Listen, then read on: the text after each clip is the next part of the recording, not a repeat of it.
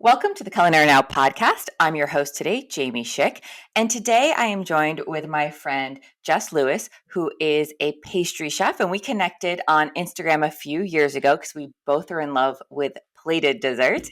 So, Jess, thank hmm you so much for joining me today on the podcast.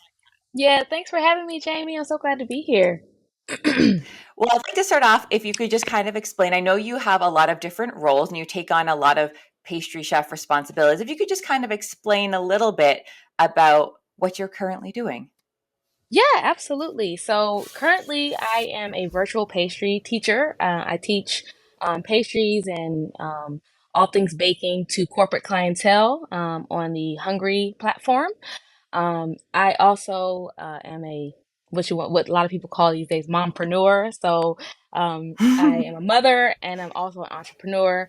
Um, as a pastry chef, trying to always find new ways to uh, do what I love, which is plated desserts, but not always in a formal restaurant setting. So that's always an interesting way to try and find work, but it does work. It is possible, and I do it and I really enjoy it. So, yeah, I'll get into that a little bit later as we're chatting and stuff. So, That's awesome. You wear a lot of hats. And I think that's really inspiring that you're taking what you love and you're finding these really unique ways to do it. And I think virtual teaching is something that really kind of probably came to height during COVID. And now we're seeing it more and more and more. How has your experience doing virtual teaching been?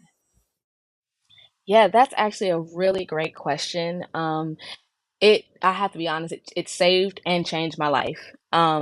When I, when the pandemic hit, I was a new mom. My son was like 1.5 at the time.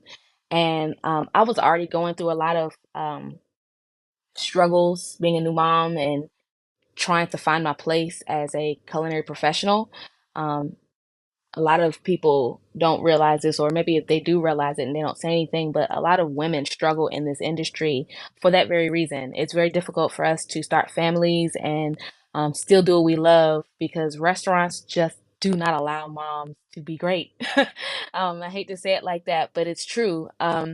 It's something I've been fighting for and fighting about for so many years. Uh, I feel like restaurants should have, especially moms, have a contract where you work based on your hours that are available and free, and you don't get penalized for it, for having to pick up your kid or having to drop off your kid or not working a particular, typical time frame because you have to pick your kids up from school or whatever the case may be.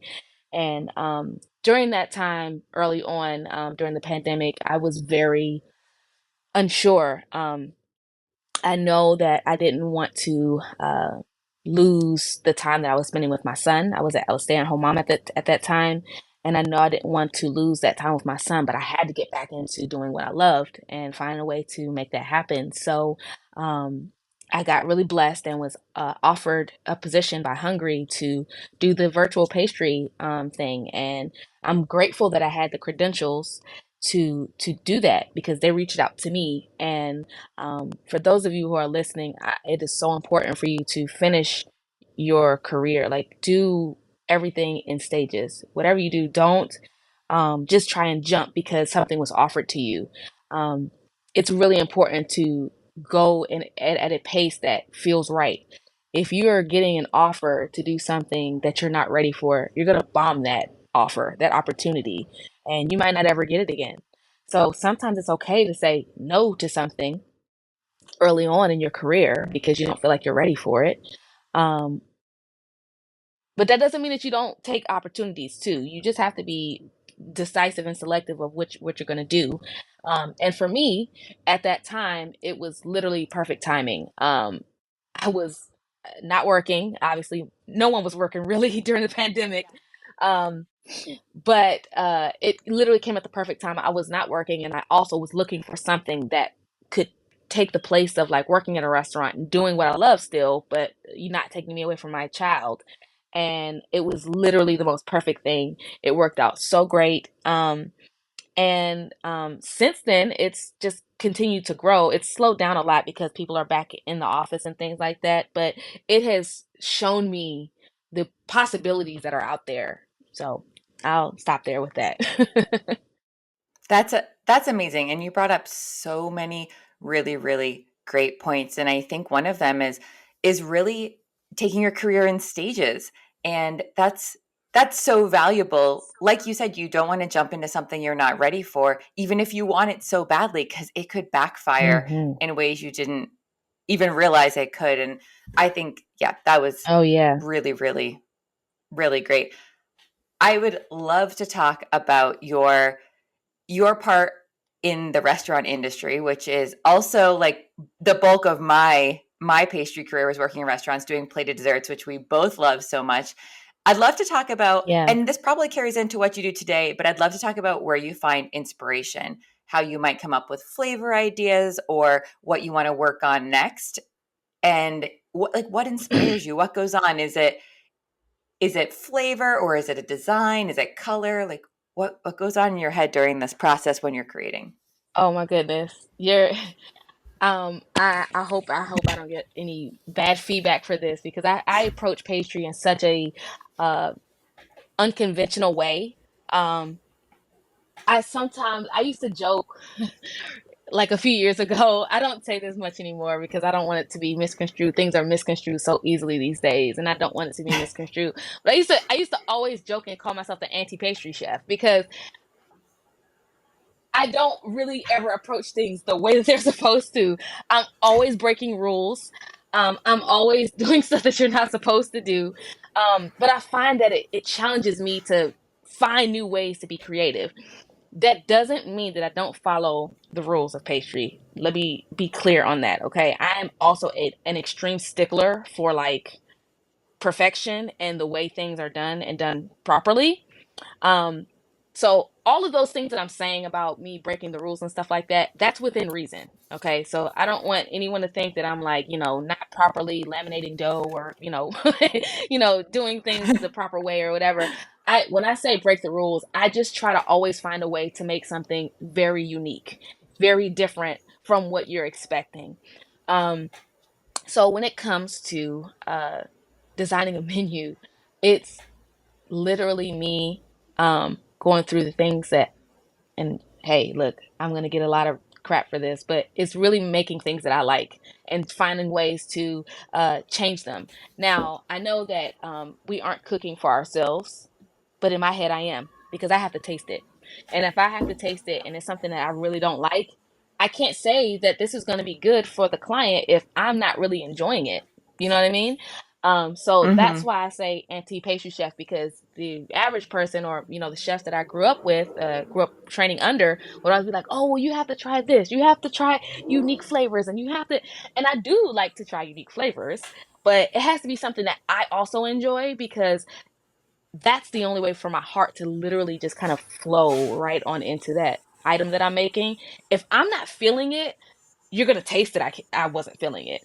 Um, that comes with practice. It comes with experience as well. I can literally, there's some things that I can bake with my eyes closed. I can bake them literally with my eyes closed. I can bake them without looking at a recipe. I can bake them, um, and I still look at the recipe. Just putting that out there. Don't ever not look at a recipe. I don't care how well you know it. Keep it in front of you. That is, I've made that mistake too many times, and Jamie's shaking her head, so I know she's done the same thing.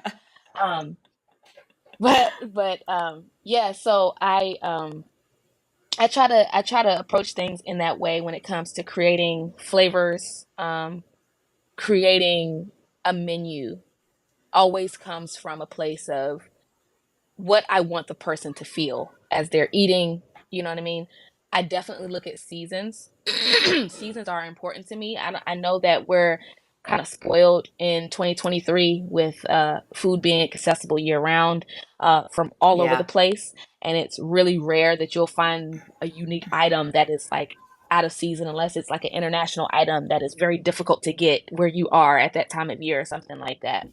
But I'm again, when it comes down to it, I am a pastry professional and I'm a stickler for that. So when it comes to spring things, I'm not going to be making sweet potato pie in the spring. That's just me.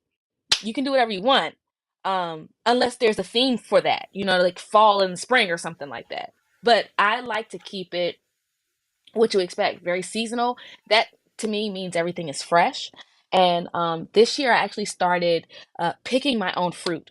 So all throughout the year, I have been picking my own fruit, which means it's very fresh. It's 100% seasonal, and you won't see me making a strawberry dessert in, say, December.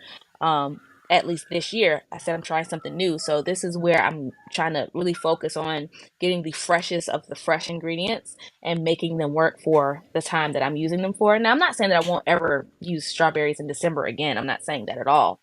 But it just to me feels fun to try this new kind of challenge a little bit because we are so spoiled with having things at our, beckoning call and a moment's notice that, it, it makes me think about there was a time where it wasn't like that. So you couldn't make a strawberry pie in December. You would only be able to make it in like April or May. So I'm trying to get kind of back in that mindset of using those ingredients at the time that they are expected to be used. So, yeah, hopefully that makes sense. It does, and I love that you said you are almost like an anti-pastry chef, and I think that's something we have in common. I was first drawn to you on Instagram because your plates are beautiful, and then I started to realize that you have this really unique way of putting flavors together. And one of the ones that comes to mind was your chicken and waffle dessert that you did. And I'm curious, how do you think people, like the general public, would respond to a dessert with chicken and waffles? Because I would love it because it's unique and different and totally up my alley, and obviously up yours too because you created it.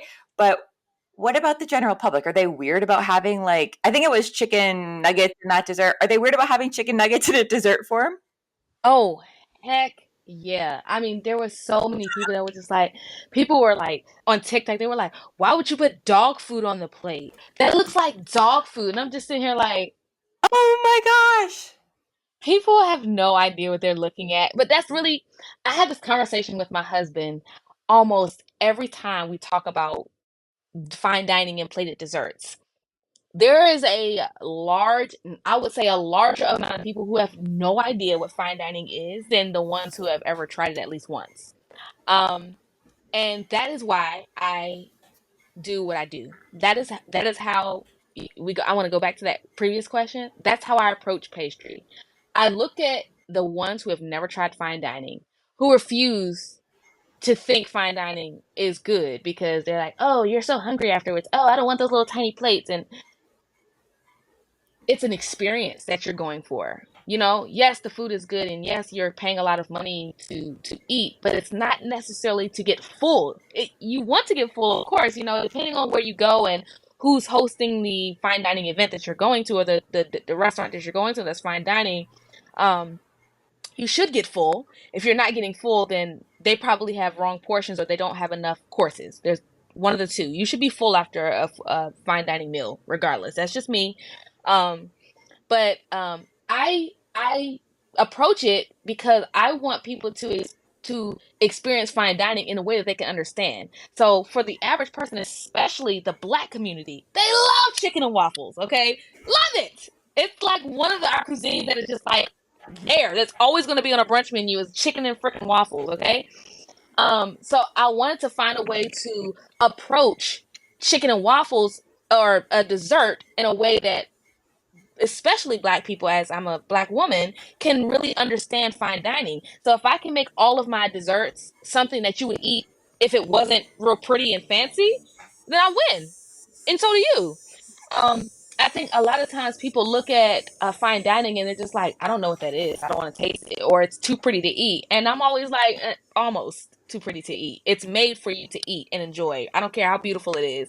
Throw it against the wall, okay? It's beautiful, but it's meant to be eaten. It's been made for you to enjoy. Um, so I approach pastry in that way, trying to make fine dining accessible for all palates because I don't want to say I was a very picky eater. I grew up a very picky eater. It didn't change for me until culinary school. When I started understanding flavors and development of flavors and combining flavors and things like that, it changed for me. And even sometimes still I have moments where I'm like a little bit hesitant, but I'll give anything a try once, at least once. Again, that came from culinary school. But because I know and understand a picky eater's mind and a picky eater's palate, I am really particular about what I put on that plate and how. So to answer your question about the chicken and waffles, yes, people are really funny about that. But here's one thing I do know. People love chicken. People love sweet and sour chicken or like some sort of like sweet chicken, honey hot chicken. They like it sweet. I don't know if you've ever heard, I don't know what they have where you are locally, but here in the DC area, they have this thing called hip hop chicken. It's called hip hop chicken. And there's also one similar that's called Shark's chicken. But basically, and those of you who have seen They Clone Tyrone are going to get me for this one. But they put sugar on the chicken and they call it crack chicken sometimes because it's like super sweet. And it has like this really unique flavor, but it's so stinking good. And that's kind of how I wanted to approach that plate. I wanted to kind of give it like a sweet flavor. People do already enjoy, chicken and waffles normally, so they put their syrup all over their chicken anyway.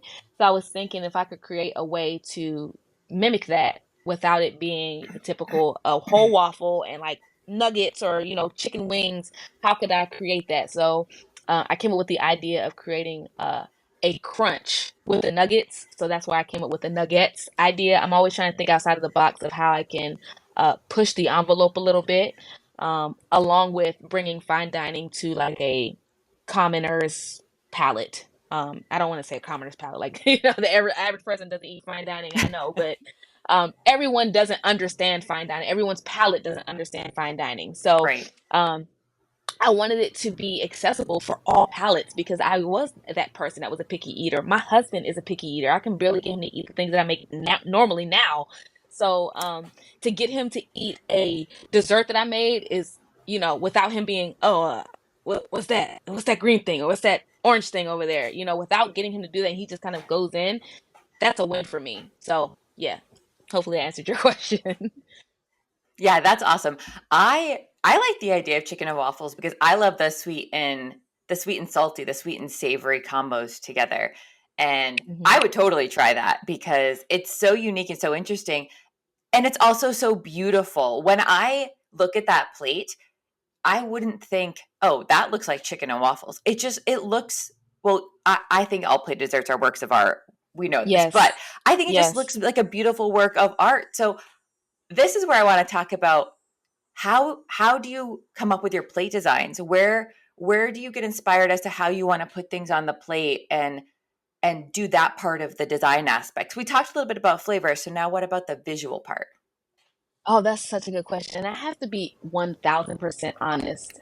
Um, I'm 36 now, and if I'm being 100% honest with myself, I think I have some undiagnosed ADHD that I'm starting to realize now as an adult. Um, and it definitely resonates in my plates. That's how I release that. That's how I allow myself to um, release some of that energy. I have to do multiple plates. I can't just create one version of the plate because there's like 18,000 versions in my head. I can't just do one. So you'll know, and anybody who has followed me or who's currently following me will know if you look at my page, almost every dessert that I do, I always have to do two or three versions or two or three platings of it because I can't ever just do one. I can't ever be satisfied with one. I'm always like, and even when there are fails, sometimes there are fail, and I'm just like, I've had this conversation with Jamie before, like, oh, I don't really like plate two. I just wasn't feeling that one, Yeah. but plate three was amazing. It came together on plate three, or sometimes I get it immediately on plate one, and by plate three, I've lost it, and now I'm like, oh my god, what the hell was I thinking? Going down, this path with, so but to answer your question, basically right out, oh my gosh, I used to be so bad at plating, and I think that's a common thing. I think we all Yeah, start, I think we all start not being yeah, great. pretty. You think you okay? So here's the thing, and you'll probably get it too, Jamie. When you first start out, or when you're not doing it regularly, you're looking like, oh yeah, that seems so easy. Like, I can totally do that. Like in school, you're like, oh yeah, I can. They're like, your teacher's like, okay, now, go ahead and plate up your clafouti, or your tart that you made, whatever it is that you made. There you got two or three different versions of sauces. You might have some sorbet that you can use. Maybe if you're, depending on what you made in class that day, you might have some leftover crumbles or something. So you've got maybe four components, and you're like, okay, now what am I going to do? Now you start thinking about all those things that you've seen online, or the things that you've seen on TV, or you things that you always wanted to try, and you're like, all right, I'm going to try this thing, and you put it on the plate, and it looks like crap. you, you Yeah. know, really, what it boils down to is, I think, trial and error and experience. Um, it took me years to get to a point where I felt confident to put something on a plate. And even now, I still have moments where I'm just like, "Oh my gosh, that was a bomb. That was a terrible idea." Um, Yeah. I have those too. yeah, and anybody listening, especially if you're just starting out on your journey, just know that it comes with time. Like, just like any other career, this isn't something that you pick up and you're gonna be like, Amari Gushan in like a year. You know what I mean? Like, it takes time to get there. Like, you cannot just think you're just gonna turn on a light switch and one day you're Amari Gushan. Like, it just honestly, it just doesn't work like that. You really, and even people like him, he has bad days too. Know that. Know for sure he has bad days where sometimes his crap turns out terrible. I know it because it happens to the best of us. Um, and even, you know, when you're growing, you have to give yourself some grace. Don't be so hard on yourself. I'm one of those people who is, oh my gosh, horrific to myself when I make a mistake in pastry, because I love it so much, because I'm so passionate about being a pastry chef, and loving pastries, and um, other pastry artists. Um, I get really hard on myself, and I come down really hard on myself. Sometimes I won't eat if I'm working on something and I'm like hyper focused. I won't eat. That's not okay. You should definitely be eating and making sure that you're well nourished while you're working. But because I'm so obsessed with pastry, I find myself losing that part of me, where I'm like, I lose myself in the items sometimes, or in my plate sometimes, or in my menu planning book. Um, I lose myself sometimes, and I'm saying all this because it's really important for you to understand it, that comes with it. You can't ever be like a really great, pastry chef that's plating, beautiful plates every time, without the fails, without the struggles, without the plate bombs, and without the crap that comes with it. There have been times where I've been sitting in my kitchen with my hands on my knees crying, just because I can't figure this out. Whatever this item is, I can't figure it out, or it's just not coming together the way I thought. The colors are too monochromatic, and it's not what I was intending it for it to be. I wanted orange and yellow and brown, but I have tan. All three of them are tan. It's just things like that. They happen, and you won't grow. You won't be a great plater if you don't go through those things. And you have to make those mistakes to understand to not make them again. Um, and also, just throwing this out there, was a little bit crazy. I said I was obsessed with pastry. It's true. I was, still am, always have been. But part of me was always super determined. I always wanted to be a great pastry chef that could plate really beautiful desserts. It was always something I wanted to do for as long as I can remember about being a pastry chef. So you couldn't tell me that I couldn't do that. I was determined. I was going to find a way to make it happen. So I say that because if you're wanting to do that, and if you really, really want to do it, there's going to be a lot of things that are going to get in your way. And I can't say what they are. I don't know. It's 2023. I started my pastry journey in 2009. Okay. So it was a really long time ago. I was really young. I was just early 20s. I mean, I was maybe 20 years old, 19 maybe, and probably about as many old as many of you that are listening. And I was determined to be a great plater, a great pastry chef, a great leader. And so, you know what I did? I went online. Now, at the time, social media wasn't that big.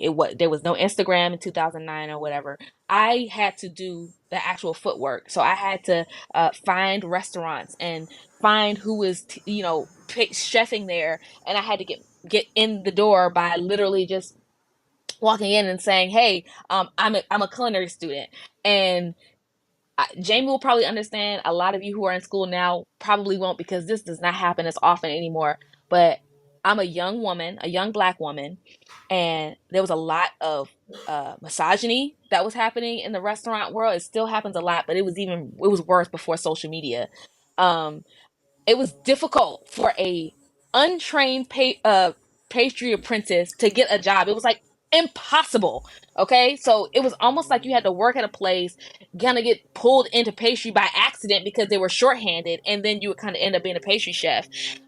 That's how it happened a lot back in the day. So I spent a lot of the early years of my career in savory food. I never thought I would be a pastry chef, even though I wanted to be. I never saw that actually being a reality, just because there was so much crap involved in getting your foot in the door. No one wanted to Yeah. hire an untrained young black woman who had zero experience. It was like literally, it was like the craziest thing ever. So I ended up working for a lot of restaurants as just a savory chef, and then I worked my way up that way. So I became a kitchen. I started as a cook, then cook two, cook three, and then I worked my way up to different parts in the kitchen. So I was garde manger for a while, and then I eventually got to being the manager, and then eventually sous chef, and then I became like the back of the house manager of the restaurant. So that was there. And then because I always had a passion for baking, they were like, "Well, we don't have a pastry department. We just have desserts. So why don't you like take the lead on desserts?" So I started doing that. I was really, really good at that. Now at the time, I told you, like 20 something years old. So I was really young. I didn't have really any pastry experience outside of what I had known from school and, from home and family and things. So a lot of the things that I were doing were just from the heart, creating like blondies or chocolate chip cookies or things like that in a basic restaurant setting, kind of like a Applebee's or a Uno's type of thing, making those types of desserts. And I found it to be very zen. Even a lot of us in the pastry world think that everything has to be fancy. Pastry doesn't have to be fancy. It can be as simple as baking bread. So I really enjoyed creating these super simple, fun things, and then slowly became, got the opportunity to work at a catering company with a famous French chef at the time. So that kind of gave me my foot in the door. But it was very difficult in those early years for me growing. But I'm saying all of that because I would not be here right now. I would not be able to sit here and say, I got this opportunity there, I got this opportunity here, if I didn't go through those like early beginning stage things. I know a lot of us want to be rich or famous, right away. You want to be the best pastry chef right away. But let's be honest and real. That is just not a reality. That's just doesn't happen that way. It's like a one in a million long shot that somebody's like naturally gifted and gets discovered and now they're like top of the world. It's very, very rare. So, um, it's important to do the legwork. It's important to do the failures, the bombs. It's important to have those. They make you who you're gonna be. They make you they make you the chef that you're going to be one day. And if I didn't go through all of that stuff, I would have never been able to have the opportunity to make desserts for President Barack Obama during his last term of his presidency. I would have never had the opportunity to work with Chef Chris Ford. And if you guys are on here and you know pastry, then you probably know who Chris Ford is, okay? Butter Love and Hard Work on Instagram. I trained under him for some time, and that changed my life. That literally changed my life. And again, going back to the comment I made earlier, I was really determined because at that time it was very difficult to get into the world. I was determined. Once Instagram came out and people started posting their stuff online, I literally stalked Chris Ford. Oh my God, he's gonna kill me if he hears this. I stalked him online for about a year before I actually became an employee of his. I was just like, "Chef, do you need any help?" And because he's such an amazing chef, no one ever quit. Like he rarely ever had openings at his, by his side. And so when I got the opportunity to work with him, I could cry just thinking about it now because it was the moment my career changed forever. I was probably 24, maybe something 25, and that was when my career changed forever. My plate significantly changed, just from learning from the right person. So don't ever stop trying. If you really are passionate, if you really, really love being a pastry chef or wanting to be a pastry chef, you have to fight through it all because it's not easy. You know, there's gonna always be something getting in your way. For me, it was misogyny, lots of that, and racism. Um, but guess what? I'm still here today, and I still have that same passion, if it's not stronger. You know what I mean? It all of that made me stronger. It made me love pastry even more because now I'm like, you're not gonna tell me I can't do this. I am so determined that I'm going to do it regardless of what you say. And you're going to look back at me and you're going to be like, dang, that girl really, really wanted that. Yes, I did. Yes, I did.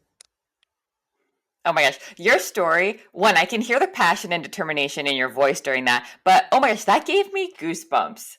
Like Mm, that is so amazing. And when you were first talking about your story, I was like, "Oh, this makes me sad for you." But then you're like, "No, this made me who I was." And it's so true, and I was gonna ask you if you thought working a little bit on the culinary side helped you in the pastry side, and you answered that, and you said it totally did. It made you the chef you are today, and I think that you can see that influence in your desserts and what you create. yeah, thank you. I look back, I used to say all the time, like, dang, I wish I had more time early in my career in the culinary, like when I was younger in the pastry world. But it I look at where I was a couple of years ago before I went solo and became an entrepreneur when I was working at Fiola Mare, which is like a really famous, popular fine dining restaurant in the DC area. It's down in Georgetown. If anybody has ever been to DC area, Georgetown is like pinky in the air kind of area. Like everybody knows Georgetown is like, super wealthy area. And I worked there for a while and um knowing all of that stuff that I did savory all those years back, it made me such an amazing sous chef. My staff absolutely loved me. They loved working with me. When I wasn't there, they were like, "Where's Chef Jess?" Because I was very stern on them, but I was also very encouraging to them. I always gave my staff um, words of advice. I remember there was this one girl. She's actually my pastry assistant right now. It goes to show you, you meet people along the way and they kind of stay with you forever. She's my pastry assistant. Her name's Chantel, and she'll tell you I taught her on the job how to cannelle during service, on the line, in the heat of service. I wouldn't say we were in the weeds because I would never teach anybody anything in the weeds, except a lesson that needs to be taught in the weeds. But um, I taught her how to cannelle on the line during service while we were really, really busy. And I did that specifically because she was so used to having to take her time and learn with ease. I don't think you ever really grow that way. You have to really be challenged. And I felt that for her to be challenged, she had to do it during service. So she would do it. So I was hard on her. So it wasn't like I would never scream at an employee. That's just not okay to me. Um, I I was screamed at a lot early in my career, and it taught me the things that I don't want to ever do as a boss. I don't want to be screaming at people. I don't want to be throwing things at people. I don't want, you know, I just don't. I don't operate like that. Um, but I was very stern on her, so we'd be on the line, and I would be telling her like, I'd be like, you got to flick the wrist. You got to flick your wrist. You got to like really get in there and flick your wrist. And she would be like, I am. I'm like, listen, I'm just coaching you. So I don't want you to say what you're doing. I see what you're doing. I'm just coaching you. So keep going. So throughout the process, she would, make a mistake and I'd be like, do it again. Do it again. I would say it just like that. I was never like, you're doing it again. You're screwing this up. Bow to your sensei. Never like that at Like all. drill sergeant. Yeah, yeah. So, but she'll tell you today, she was like, that you're the best teacher I've ever had because you are loving, but you're stern, but you're never, but I learned all of that from my experience, yo. All of that I learned from my experience. I learned all of that from being yelled at, from being, having things thrown at me, cussed out, um, treated like crap. And it taught me don't ever want to do that to somebody. I don't want anyone's passion to ever get waned because I made them feel like crap. I want to I want to help grow your passion because I'm passionate about it. I don't ever want to look at the world like uh I'm the best. You can't be better than me. So don't show me anything that's better than me. I had so many chefs in my career tell me I was crap because it was better than theirs and they didn't want to hear that. They didn't like that. And I'll never be like that. And I'm telling you guys, don't ever be like that. Grow and learn and pass it on. That's how this industry stays afloat. Don't do more than you are capable of, but push to do more than you can be capable of, if that makes sense. Push Mm-hmm. yourself. Don't take those opportunities that you aren't ready for, but push towards them so that when you are ready, you can take them. Keep going. Keep going. I'm gonna stop there. That was amazing. That was me. And I think that's how taking those lessons is how we make the industry like better, Yes. how we make Yes. it a And better place for everyone. yeah, and something that is important to me as a super passionate pastry chef is knowing your place. Like, okay, so I'll say this. I started my business uh 10 years ago now. So in 2013 is when I started my business officially. Okay, now I was still working in restaurants and all of that good stuff.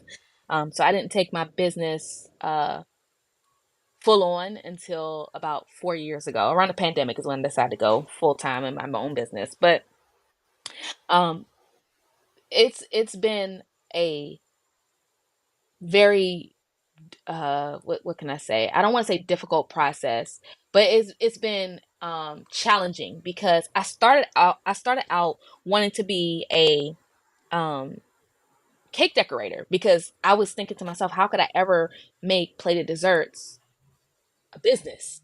How like that Right. if without having a restaurant, how could I ever make that a reality without a restaurant?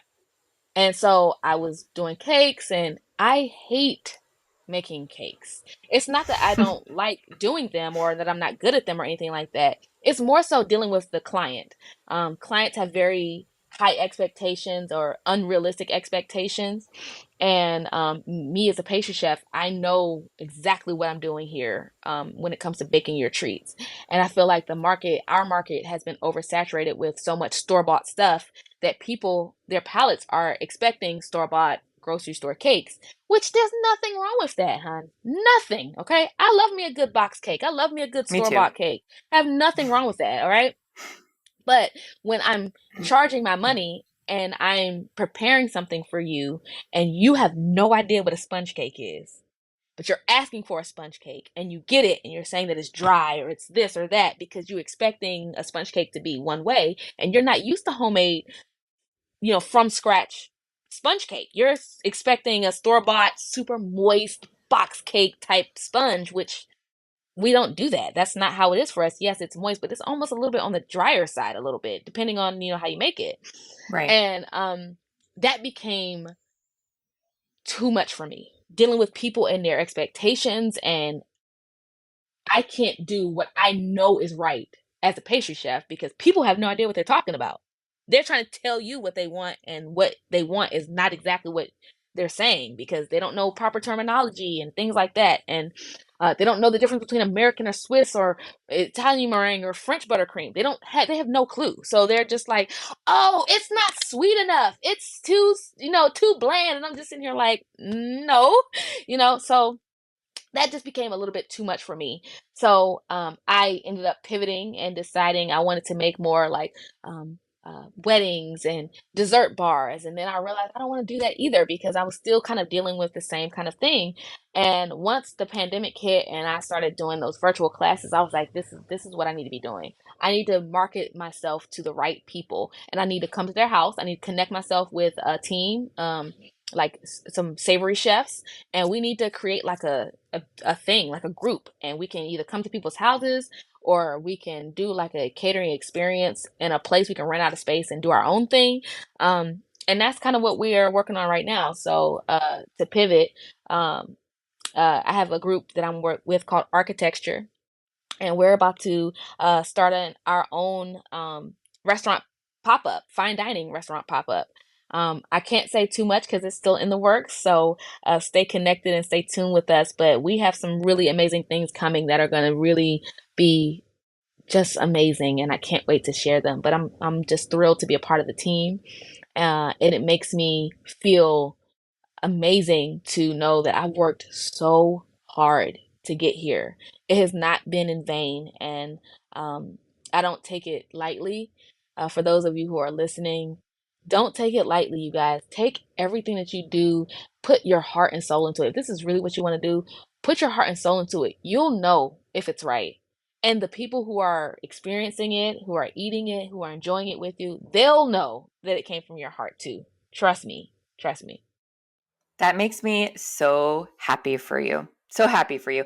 Where can people stay connected to Thanks. find out about all of this information and more about you and your businesses? Where can they find you? Yeah. Yeah. So I am at Piped Pastry Shop on all social media. So I'll spell it out for you guys. It's at PIPEDPASTRYSHOP